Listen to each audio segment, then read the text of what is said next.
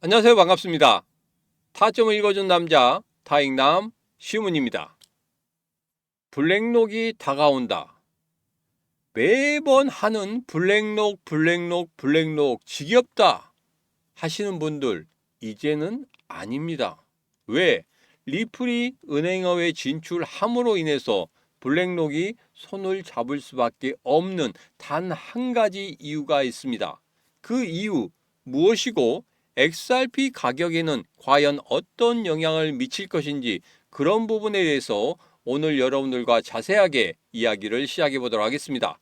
오늘도 우리 XRP 힘차게 외치면서 시작해 보도록 하죠. XRP 가자!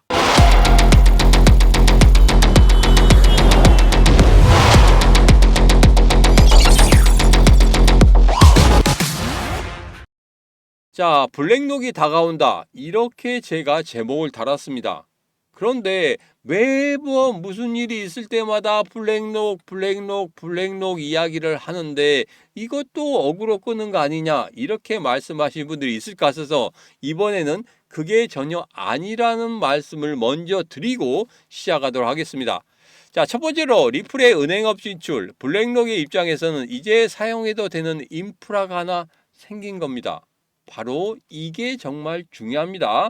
이후에 정말 중요한 그 하나의 단어가 나오는데 그 하나의 단어 여러분들에게 그 단어가 나올 때 별표 5개를 해드리도록 하겠습니다. 정말 중요한 겁니다. 이것은 별표 하나. 이 블랙록이 두려워하는 것. 첫 번째 규제의 불확실성입니다. 그래서 지금까지 우리 XRP를 사용하지 못했던 거고 리플과 손을 잡지 못했던 것 중에 가장 큰 이유였었죠. 두 번째, 법적 책임 소재 불분명입니다. 만약에 송금을 해서 무언가 잘못해서 큰일 났다. 그러면 누가 이것을 법적으로 책임을 질 것이냐? 이 부분입니다. 지금 우리가 송금을 해서 잘못 송금하면 이거 진짜 잘못 송금한 사람의 탓이지 이게 법적으로 어떻게 구제받을 수 있는 그런 게 없잖아요. 바로 그것 때문에 그렇습니다. 세 번째, 결제 실패 시 책임 전가가 불가합니다. 그리고 네 번째, 감독 기관과의 충돌이 있을 수가 있다는 거죠. 모든 게 제도권 안으로 들어오지 못하는 상황에서는 SEC와 불가피하게 다시 한번 부딪힐 수 있다는 겁니다. 그런 것을 블랙록은 싫어하죠. 그렇기 때문에 이런 모든 것들이 해결돼야지만이 블랙록이 접근할 수 있을 것인데 지금 이 네 가지 어떻게 되고 있습니까? 이제 해결이 되었죠. 그렇기 때문에 자연스럽게 블랙록은 리플에게 손을 내밀 겁니다. 자, 그래서 지금까지 책임 소재 불분명, 디파이, 무허가 블록체인 이것 때문에 같이 하지 않았다는 겁니다. 자, 그러면 블랙록의 토큰화 전략은 무엇일까요? 미래의 먹거리라고 생각하는 것은 과연 무엇일까요? 첫 번째, 국채를 토큰화하는 겁니다. 그리고 머니마켓 펀드를 토큰화하는 겁니다. 펀드 지분을 토큰화하는 겁니다. 자, 이전에 제가 여러분들에게 블랙록이 무슨 일을 하고 있는지 그리고 왜 그때 XRP를 테스트하고 있었는지 그 부분에 대해서 말씀드릴 때 이 토큰화에 대해서 말씀을 드렸던 거 여러분 기억하시죠? 바로 블랙록의 미래의 먹거리는 바로 이 토큰화였다. 자, 여기서 블랙록의 문제는 뭡니까? 토큰은 있는데 결제, 청산할 수 있는 그 레일이 없다는 겁니다. 그 레일을 누가 만들어줄 수 있다? 바로 리플이 만들어줄 수 있다. 리플 은행이 그것을 해결할 수 있다는 겁니다. 24-7 결제. 이것은 뭐냐면 24시간 365일 결제가 가능하도록 만들어준다는 겁니다. 그러면 이제까지 은행에서는 365일 사용할 수 있습니까? 사용할 수 없죠. 그런데 리플 은행이 해결할 수 있다는 겁니다. 그리고 글로벌 즉시 청산, FX 중개, 기관용 유동성을 제공할 수 있다는 거예요. 자, 블랙록이 원하는 것들을 전부 다 만족을 시켜준다는 겁니다. 자, 그런데 블랙록이 리플과 손을 안 잡을 수 있겠습니까? 손을 잡을 수밖에 없다는 겁니다. 자, 그러면 블랙록이 XRP를 바로 사용할까요? 이게 제일 큰 이슈죠. 만약에 블랙록이 리플과 손을 잡은 다음에 XRP를 바로 사용한다고 하면 XRP 가격은 어떻게 되겠습니까? 여러분이 생각한 것 이상으로 크게 상승할 수밖에 없습니다. 자, 그러면 바로 사용할 수 있는지 그 부분에 대해서 좀 살펴보도록 하겠습니다. 첫째로 리플 은행의 인프라는 블랙록이 분명히 사용할 겁니다. 그리고 두 번째, 결제 청산 테스트, 이 부분은 테스트를 할 거예요. 블랙록이 무조건적으로 손을 잡았다고 해서 그냥 무조건적으로 하는 거 아닙니다. 다 자기들이 하고자 하는 것들을 테스트를 다 하고, 그리고 이상이 없는지 검증까지 다 하고 난 이후에야 같이 이 모든 시스템을 이용한다는 겁니다. 자, 그래서 블랙록은 돌다리도 두들겨보고 두들겨보고 몇 번이고 두들겨보고 건너는 그런 애들이기 때문에 상당히 까다롭죠. 까다롭긴 하지만 한 번 손을 잡으면 어마어마한 수익을 만들 수 있다는 거. 자, 그리고 세 번째, 리스크 없는 구조를 확인할 겁니다. 그리고 난 이후에 XRP 필요성을 검토할 거란 말이에요. 그러면 당연히 시간이 어떻게 되겠습니까? 시간이 많이 걸릴 수밖에 없다는 겁니다. 그래서 이게 단기간으로 승부를 보자고 하니까 너무 어려운 싸움이 될 것이다. 그래서 앞서서 제가 여러분들에게 말씀드렸죠. 고래들이 그냥 들어오는 건 아니다. 고래들은 장기적으로 보고 들어온다, 이렇게 말씀드렸습니다. 잠시 후에 고래들의 그 습성에 대해서 다시 한번 여러분들에게 말씀드릴 겁니다. 그 습성 여러분들 꼭 확인하시기 바라겠습니다. 일곱 번째로 블랙록에게 대형 호재입니다. 자, 분명히 리플이 은행업에 진출한다는 것은 블랙록에 있어서는 더없이 좋은 호재일 수밖에 없다. 왜? 쓸 수 있는 인프라가 확보됐고 규제 리스크가 제거됐고 글로벌 결제가 가능하기 때문이다. 자, 그러면 XRP는 과연 호재인가? 은행 서비스의 필수 자산이냐? 그리고 스테이블 코인 계좌 기반의 보조 수단이냐? 숫자가 빠졌네요. 수단이냐? 이 부분에 대해서 블랙록은 체크를 할 거란 말이에요. 그래서 XRP에게 단기간의 호재거리는 아니다. 중장기적인 호재거리로 작용할 수밖에 없을 것이다. 그래서 지금 바로 XRP의 가격이 오르지 않는 이유가 바로 그겁니다. 자, 현실적인 시나리오에 대해서 제가 말씀을 좀 드려보도록 하겠습니다.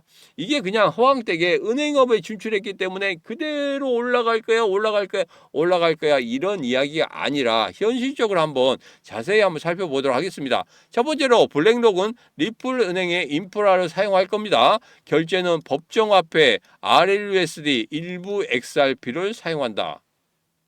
우선은 법정 화폐를 사용할 수밖에 없습니다. 아무리 다른 것을 토큰화한다고 하더라도 우선은 법정 화폐, 그 다음에 토큰화 만들겠죠. 자, 그래서 이런 순서대로 간다고 하면 XRP 제일 늦게 사용될 수밖에 없을 것이다. 그렇지만 XRP 사용하는 데 있어서 분명히 얼마만큼 유동성을 가지고 사용하느냐, 그 부분에 대해서는 XRP의 가격에 있어서는 분명히 크게 상승할 수 있는 그런 모멘텀이 될 것이다. 그렇다고 하면 단기적이 아니라 중장기적으로 우리는 접근을 해야 되겠다. 이게 결론적으로 나오게 되죠. 자, 그리고 두 번째로 국경 간 유동성 부족 구간에서 가장 효율적인 구간에서만 사용할 것이다.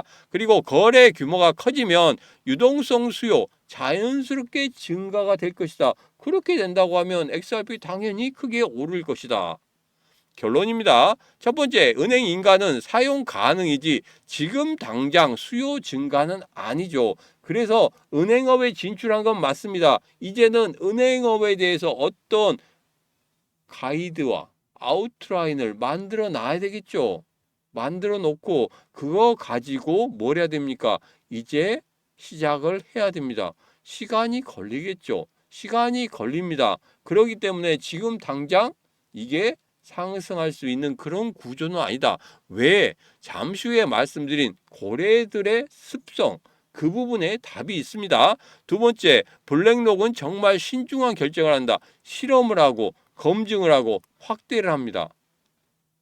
앞서도 말씀드렸죠. 세 번째로 XRP의 가장 큰 리스크는 이겁니다. RLUSD, 은행의 스테이블코인, 계좌 기반의 결제. 이 부분이 경쟁자라고 생각하시면 되겠습니다. 그래서 블랙록이 리플의 은행 인프라를 사용하면서 법정 앞에 RLUSD, 일부 XRP를 사용한다. 이 순서대로 사용한단 말이에요. 그렇기 때문에 앞서서 이야기한 것과 동일하게 지금 현재 가장 큰 리스크로 작용될 것이다. 이 말씀을 드리는 겁니다. 그러면 얼마나 이용할까? 최대 10조 달러 이용할 수 있다는 겁니다. 다음 영상에서 제가 이 10조 달러에 대한 이야기를 여러분들과 자세하게 해보도록 하겠습니다. 다음 영상까지 보고 싶다 하신 분들은 지금 바로 구독, 좋아요, 알림 설정 그리고 공유를 통해서 이 신문과 같이 하시면 되겠습니다. 자, 여기에서는 이제 고래입니다. 고래들은 정답에 베팅하지 않는다. 고래들의 습성에 대해서 말씀드리는 거예요. 첫 번째, XRP가 반드시 필요하다 보다는 XRP가 필요해질 가능성이 언제 열리는가? 시장이 필요할 때 비로소 고래들은 움직인다는 겁니다. 자, 그런데 지금 움직이지 않고 있느냐? 그건 아니죠. 절대 추격 매수를 하지 않는다는 겁니다. 아무리 좋은 뉴스가 나와도 기대감으로 절대 사지 않는다는 거예요. 기대감이 아니라 실질적으로 움직이는 그때가 왔을 때, 그때 고래들이 본격적으로 가격을 띄운다는 소리죠. 그리고 은행 인가의 진행 상황, 그리고 실제 결제 트래픽, XRP 사용량 확인 후에 진입을 한다는 겁니다. 그때 진입해도 늦지는 않는다는 거예요. 그렇지만 여기에서 가장 중요한 건 이겁니다. 결론이죠. 공격적인 매수가 아니라 서서히 매수하여 보유한다. 지금 같은 경우에는 공격적으로 들어와서 매수하는 게 아니라 서서히 들어오면서 서서히 매수하고 있다. 제가 오늘 영상, 오늘 오후 3시 영상에서도 말씀드렸죠. 고래들은 매수를 하고 있다. 그런데 여기에서 물량을 늘려가는 데 있어서 공격적으로 물량을 늘려가는 거 아니다. 조막성 고래들은 떨궈져 나갔다. 그렇지만 대왕 고래들은 남아있다. 소수의 계좌에 물량들이 다 집중되어 있다. 이렇게 말씀드렸습니다. 서서히 그 물량들이 많이 모여지고 있다. 그런데 왜 그렇게 고래들이 매수를 했는데 가격적인 부분에서 움직이지 않느냐? 바로 이 이유입니다. 그리고 개인이 지치고 이탈할 때까지 고래들은 기다린다는 겁니다. 세 번째로 지금은 버려진 구간이 아니라 자리 잡는 구간, 당분간 지루한 흐름을 계속할 수 있다는 겁니다. 이게 바로 개인들이 지치고 이탈할 때까지 계속적으로 고래들은 기다린다는 거예요. 그래도 작년에 11월, 12월 달에 급등하기 전에 어떻게 됐습니까? 제가 오늘 오후 3시 영상에서 말씀드렸죠. 그 급락을 시키고 50%, 60% 급락을 시키고 파동을 3번이나 만들고 개인들이 도저히 견딜 수 없을 만큼 그럴 때까지 얘들은 흔들어대고 그리고 급락을 시키는 겁니다. 지금의 급락 과연 여러분들 그냥 견디실 수 있었을 것 같습니까? 아니죠. 위에서 고점에서 매도 신호 나왔을 때 매도를 못 하시고 계속적으로 지금까지 오신 분들 같은 경우에는 어쩔 수 없습니다. 이제는 매도가 의미가 없는 구간이란 말이에요. 그렇기 때문에 여러분들이 말씀드리는 겁니다. 고래는 XRP가 필요해질 수 있는 세상에 베팅하고 개인은 지금 당장 오르지 않는 가격에 지쳐서 나간다는 겁니다. 너무나 단기적으로 생각하지 마십시오. 지금 오르지 않는다고 와 죽겠다 이렇게 하지 마시고 저한테 제가 좋은 이야기 하고 오를 수 있습니다 이렇게 하는데 저한테 야 지금 안 오르냐 이니 이렇게 하시면 안 됩니다. 제가 최근에 댓글에서 그런 댓글을 봐서 마음의 상처를 좀 입었습니다. 단기간에 12월 달 이야기죠. 12월 달에 너 5천 원 갈 수 있다고 그렇게 외쳐놓고 5천 원 못 가니까 그렇게 이야기하느냐 그렇게 하는데 실질적으로 제가 그렇습니다. 실질적으로 제가 이 중간중간마다 그때 당시에 어떻게 전체적으로 경제가 흘러가는지, 그리고 그때 당시에 어떻게 큰 손들이 들어오고 나오는지, 그런 실시간 대응이 상당히 중요하다고 말씀드렸죠. 그렇기 때문에 예측은 예측일 뿐이고 실시간 대응에서 이게 달라질 수 있습니다. 미리 제가 5천 원 못 가겠다 미리 시인을 했었죠. 그렇지만 2026년도에는 분명히 5자리 숫자 간다는 것은, 이것은 제가 변치 않을 겁니다. 왜? 2026년도에는 분명히 갈 수밖에 없는 그런 경제 상황이 만들어질 것이기 때문에 그렇습니다. 트럼프 대통령 분명히 만들어낼 거예요. 중간선거 전까지 이 코인 시장 죽어라 만들어낸다고 하면은 중간선거 이기기가 상당히 어렵지 않을까, 저는 그렇게 보고 있습니다. 여러분 생각 어떠십니까?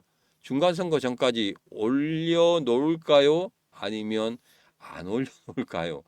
여러분 영상 밑에 댓글에 올려놓는다, 올려놓지 못한다, 여러분들 생각을 좀 적어주시면 되겠습니다. 자, 이제는 일봉의 흐름을 보면서 말씀을 드리도록 하겠습니다. 자, 일봉에는 커다란 변화는 없죠. 항상 그렇게 흘러가고, 그러니까 일봉을 보면서 여러분들에게 이렇게 변하겠습니다, 이렇게 변하겠습니다, 그 이야기는 더 이상 드리지 않겠습니다. 그렇긴 하지만 우선적으로 앞서 말씀드린 대로 고래들은 분명히 명확한 걸 좋아합니다. 우리 같이 그냥 이런 기대감에 의해서 오르지 않을까 근데 안 오르니까 또 실망하다 보니까 더 이상 버티지를 못하고, 다 보니까 어느 순간에 나도 모르게 매도하는 그런 순간이 있다는 거죠. 조금만 더 버티시면 됩니다. 1년 동안 버텨 오셨잖아요. 1년만? 아니, 1년도 아니죠. 한 3개월에서 6개월 정도 견디면 분명히 지금의 가격보다는 올라가 있을 거다, 저는 그 생각을 하고 있습니다. 그래서 여러분 조금만 더 버티시면 됩니다. 그리고 물량을 늘려 가실 분들 같은 경우에는 제가 여러분들에게 분명히 이 정도에서는 물량을 늘려 가시는 게 좋지 않겠느냐, 그런 부분도 말씀을 드리도록 할 테니까 여러분 끝까지 같이 시문과 같이 해주시면 되겠습니다. 시문과 같이 하시는 방법은 간단하다고 말씀드렸죠. 영상 아래쪽에 있는 더보기에 시문과 코인시장 대응하기 노란톡방 텔레그램방 라이브 방송 들어올 수 있는 링크 있습니다. 그 링크 타고 들어오셔서 이 시문과 같이 하시면 되겠습니다. 오늘의 영상은 여기까지입니다. 오늘의 영상 마음에 드셨다 생각하시면 구독, 좋아요, 알림 설정, 그리고 공유를 통해서 같이 해주시면 되겠습니다. 오늘도 언제나 당신 편 타점을 읽어준 남자 타익남 시문이었습니다.